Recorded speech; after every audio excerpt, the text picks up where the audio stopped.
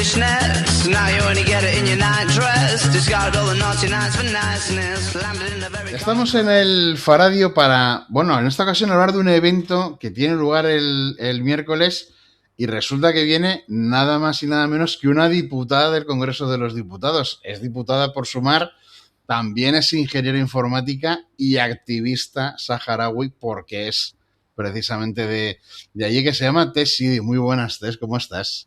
Muy buenas, Pablo. Un placer estar aquí con vosotras. Pues desde luego que es un placer para el Faradio recibirte, que no es la primera vez, además, que estás con nosotros. Y bueno... De hecho, Pablo, la primera entrevista que a mí me hacen como diputada me la hacéis vosotros. Este es un hito del que no solemos ni siquiera presumir, ¿eh? Eso es. Bueno, en esta ocasión es para un evento muy interesante porque, bueno, se aúna como un poco exposición y también una mesa de debate compuesta por varias personas para hablar sobre este medio siglo de resistencia del pueblo saharaui una vez que España dejó de ser directamente la potencia colonizadora para pasar a ser potencia administradora, digamos, de ese territorio. Va a tener lugar en el Ágora Memoria y Cultura Luis Toca de Santander.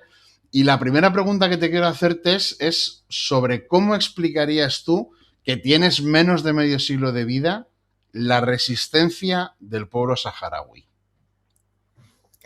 Bueno, es una buena pregunta. Yo suelo explicar la resistencia del pueblo saharaui pues mucho en lo que he visto en mi madre, en mi abuela y en mi padre. Yo creo que nosotros, yo suelo decir que nacemos con ello en el ADN, nacemos con los anhelos y también la memoria de nuestros padres, pero sobre también de alguna manera de una generación que está padeciendo ya una resignación porque probablemente no vea en un futuro inmediato la vuelta a su casa.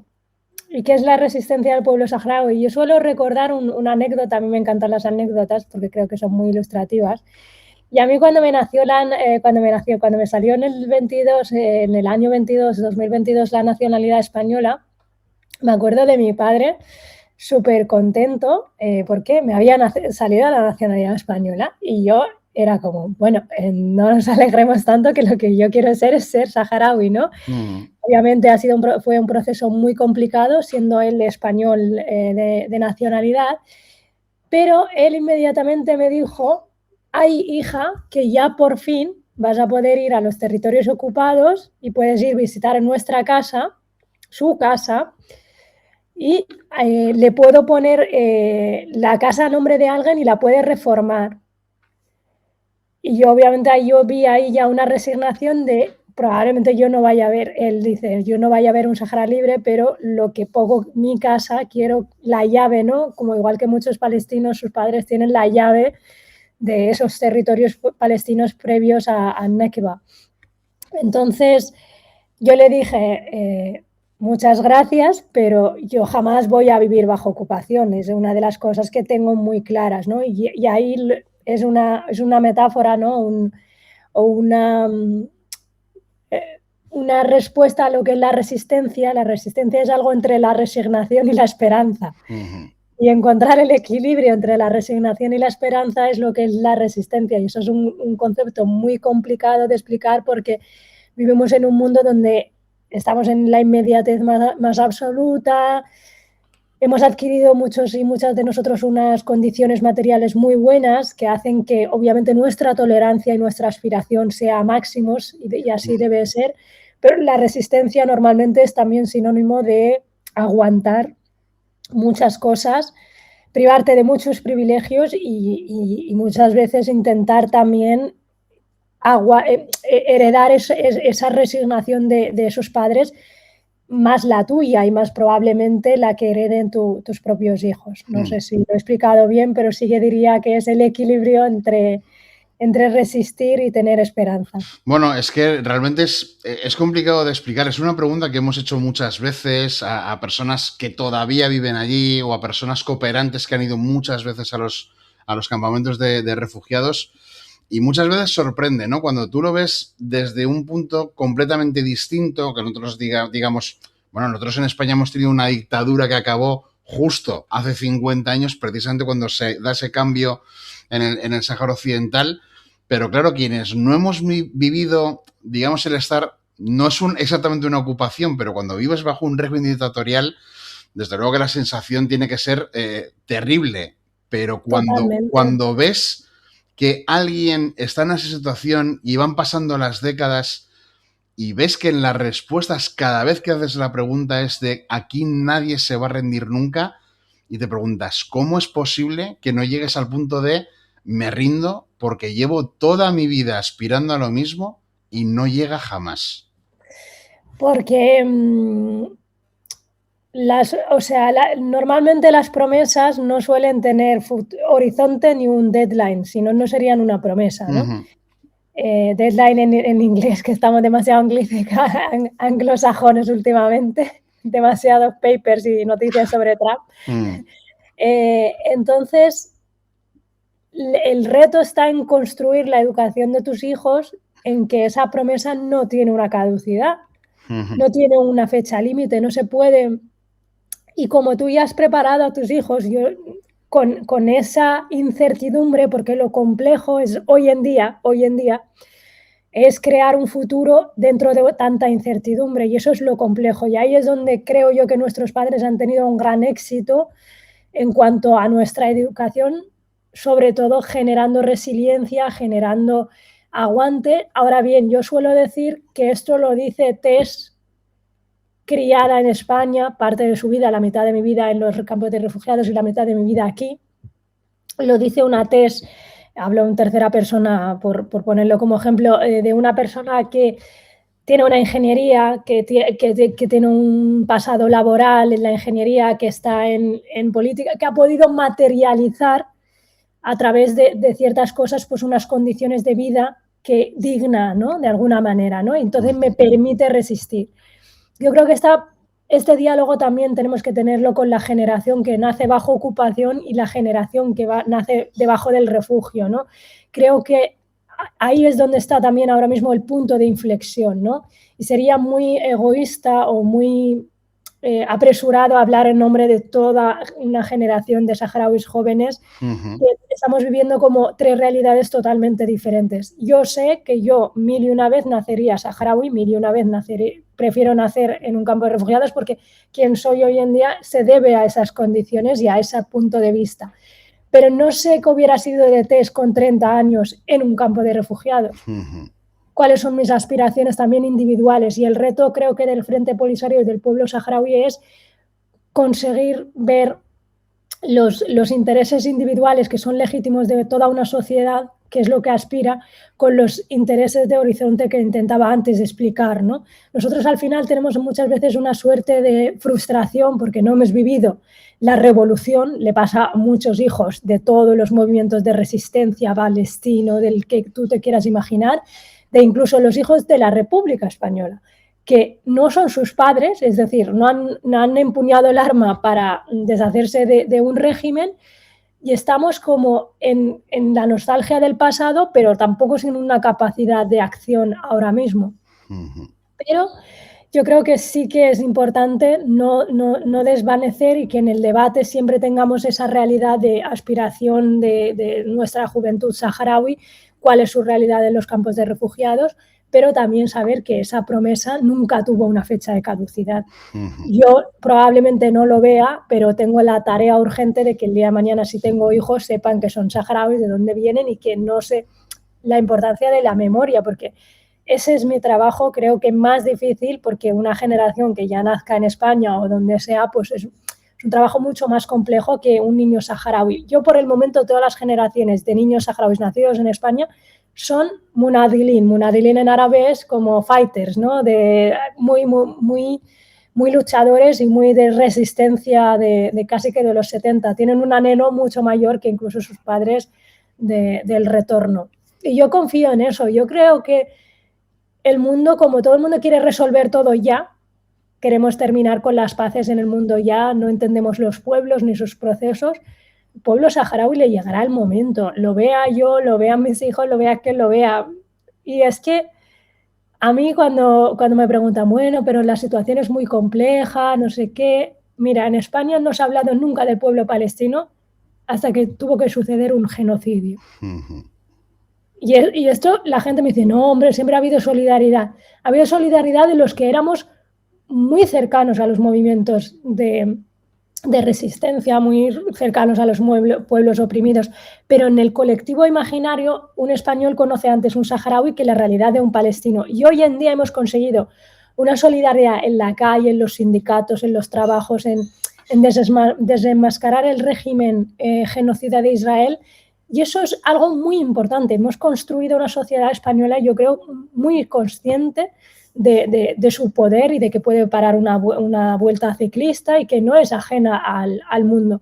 Y probablemente para mí es de las cosas más complicadas en el ejercicio de la política institucional de explicarle a la gente de que si le sube el precio del alquiler o le pasa algo en la cesta de la compra o el pan es más caro, probablemente es porque hay una guerra en no sé dónde que le afecta, que no es separado la política exterior de la política doméstica en España. Bueno, cuando hablamos de resignación en el caso del pueblo saharaui, yo creo que esto se alimenta sobre todo en los últimos años también porque da la sensación de que la mayoría de las cosas se ponen un poco en contra. Aparte de Marruecos jugar con una impunidad para poder hacer y deshacer lo que quiera en los territorios ocupados, que el gobierno español diese un giro en su política hacia el pueblo saharaui, pero no solamente. Quizá era el gobierno europeo más importante en cuanto a su posición, pero luego vemos Francia o vemos Alemania, incluso vemos Reino Unido, y resulta que se ponen un poco en, bueno, parece que lo que propone Marruecos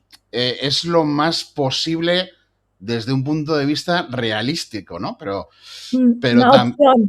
claro, como si fuera la opción más fácil para llegar. Si nos ponemos en el trabajo que quiere el pueblo saharaui, parece que esto nos costaría como mucho tiempo, mucho esfuerzo, sin saber si podemos llegar a un resultado.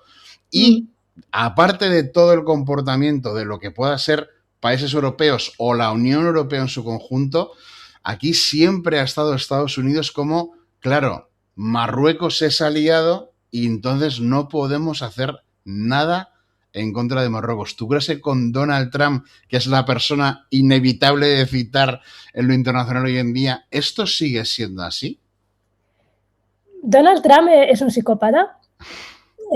Yo creo que hay que empezar a llamarlo así. Yo todos los días digo que es un psicópata, que está al mando de un régimen, sí, electo democráticamente, pero aplica políticas fascistas y literal de un psicópata al mando del orden internacional. Yo dije el otro día una frase en redes sociales y la gente me dijo, eso ya es frase de señora. Yo tengo 30 años más uno, es decir, 31, y no esperaba ver tantas cosas en esos 30 años. Yo no esperaba casi un retorno de la Guerra Fría que estamos viviendo estos días.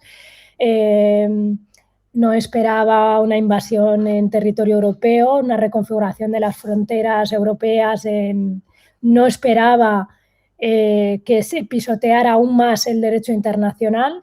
Cuando yo vengo de un pueblo oprimido que ha tenido siempre mucha desconfianza en las Naciones Unidas porque siempre hemos creído que es el instrumento colonial de los países imperialistas y colonizadores a su servicio. El derecho internacional sirve y se saca a la palestra cuando es para un país europeo un poco menos marrón que el Magreb para arriba. Pero si no, para los de abajo, nosotros nunca nos ha servido ni las Naciones Unidas ni el derecho internacional. Solo nos ha servido la solidaridad internacionalista, es la única que ha sabido, de alguna manera, habrá que reformular, mejorable algunas cosas, pero ha sabido ocupar un espacio más o menos digno en cuanto al apoyo del pueblo saharaui en concreto.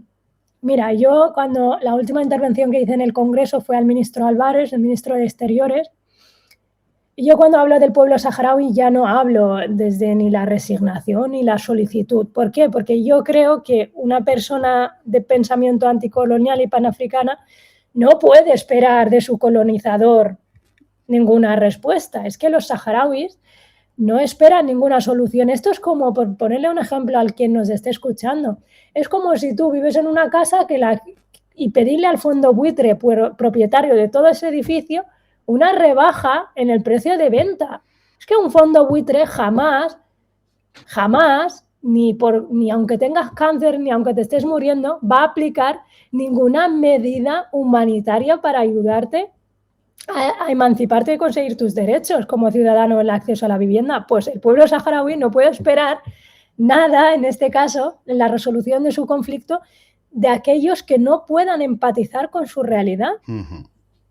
Entonces, ahí entramos en el realismo mágico que te intentan vender, de que la diplomacia y la realpolitik y la diplomacia justifican lo que la dignidad no admite.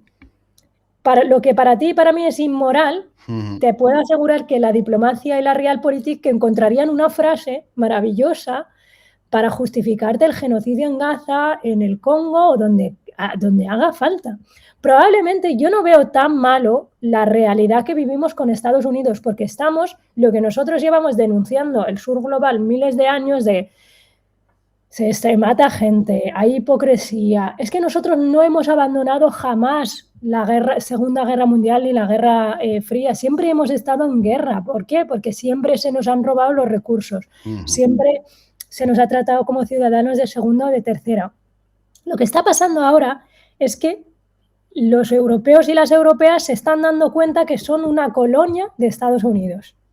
Y en el momento que la Unión Europea en su conjunto comprenda que es una colonia de Estados Unidos y se tiene que independizar y se tiene que emancipar y tiene que construir una soberanía propia en todos los aspectos que nos podamos imaginar, ahí es donde podrán ayudarnos a nosotros, a los saharauis o a los pueblos oprimidos. Mientras tanto, ellos se creen de ellos. Nada, decía el otro día, nada peor, el peor enemigo para un latinoamericano es otro latinoamericano que se cree gringo. Pues esto es lo mismo. Nosotros no podemos esperar que la Unión Europea nos pueda apoyar mientras la Unión Europea siga siendo secuestrada en ese ideal de Estados Unidos. En el momento que se emancipe, pues probablemente podamos construir alianzas mucho más fuertes dentro de una Unión Africana, que el pueblo saharaui, el Sáhara Occidental, es miembro fundador de la Unión Africana, y a través de esa Unión Africana articular mecanismos de presión a Marruecos, de aislamiento económico, de sanciones reales, pero claro, para eso, fuera las bases militares de Estados Unidos, mucha menor, una dependencia de colaboración y buena vecindad, pero no de sometimiento. Es que Trump está sometiendo a la Unión Europea y Ursula von der Leyen es capaz de ir a un campo de golf a negociar, perdona. Yo siempre digo que en una negociación se puede perder todo menos la dignidad.